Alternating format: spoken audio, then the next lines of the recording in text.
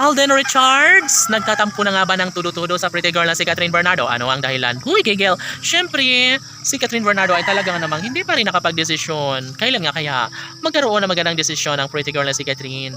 No? Syempre, ang binata na si Alden Richards ay naghahangad ng pagkakatuluyang nararapat lamang na maranasan na maramdaman sa puso ni Alden at Catherine. Sila ang deserve na magkatuluyan at wala nang iba pang mas nababagay pa sa puso ni Alden kundi si Catherine Bernardo lamang. Tama, syempre, lahat ay nakakaramdam ng habang buhay na kaligayahan, lalong-lalo na kapag patunayan nga ni Alden ang kanyang tunay at wagas na pag-ibig para sa dalaga na si Catherine Bernardo. At wala nang sino mang makakapigil pa sa kanilang tunay na damdamin.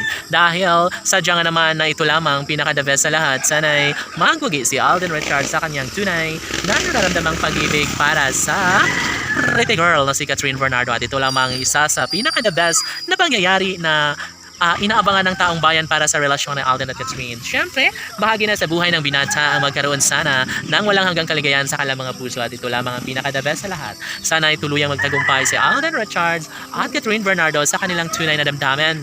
Relasyong tunay na nagbibigay kaligayahan sa lahat. Of course, hindi na kailanman magbabago pa ang kanilang tunay na pag-ibig dahil kapag nawala ang kinangsakalang relasyon ng Alden at Catherine ay panigurado umano na hindi na kailanman magbabago pa ang kanilang tunay na damdamin lalong-lalo na at nasa tamang edad na si Alden Richards upang sa ganun ay makapag-desisyon na kung sino ang kanyang babaeng tunay na sasamahan at kapakasalan.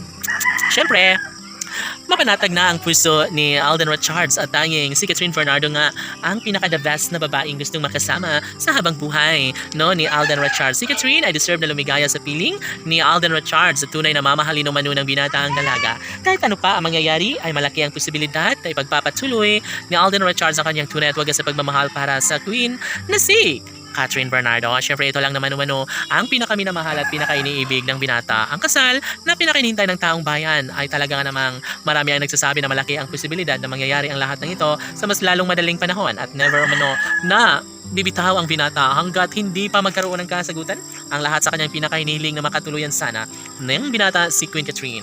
Siyempre, wala nang dahilan pa si Alden Richards para bumitaw sa kanyang tunay at wagas sa pag-ibig para kay Catherine Bernardo at ito lamang ang pinaka-the best sa lahat na sana'y kailang mapagtagumpayan.